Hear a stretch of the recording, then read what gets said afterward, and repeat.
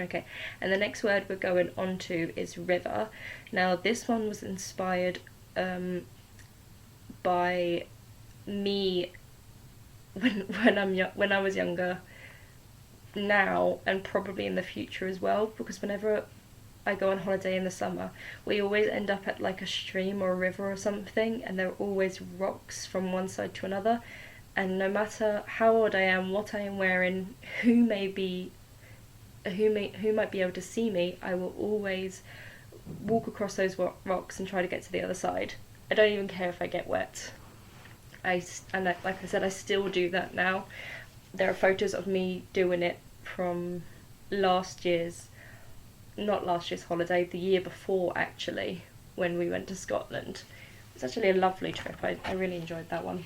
But yes, this one's called River, and yes, it is inspired by my childhood. Enjoy. She stood on the bank of the river, listening to it run at a quick but gentle pace. Her eyes were closed as she grew more intimate with the water, stepping closer with every breath she drew. She suddenly felt the cool rush of liquid glide over her bare feet. Though she knew what she was doing, it startled her, and she gasped happily and surprised. The corners of her mouth lifted slightly, not so much a smile, but she did look content as she stood barefoot in the river. She opened her eyes and stepped on one of the rocks in front of her. It was slippery. She almost lost her balance for a moment. However, her many years of gymnastics left her with graceful balance as she repositioned herself. She hopped from rock to rock, not caring that she was in the middle of the river, but aware of its depth. She was too concerned with making it to the other side. She was determined to do it. She knew that she could, if only external forces such as the river's current permitted her. She landed precariously on a rather unsteady rock. It wobbled, and she threw her hands to the rock in front of her for balance. The water rushed over her fingers as she tried desperately to regain her footing. She lifted herself back up and examined her stinging hands. There were various minute cuts littering her palms from the rocks, which she had used for her daring balancing act worthy of any circus. She clenched her hands and continued. She was too determined in accomplishing her goal to pay attention to her whimpering palms. They stung in her tight grip, but were not too terribly painful.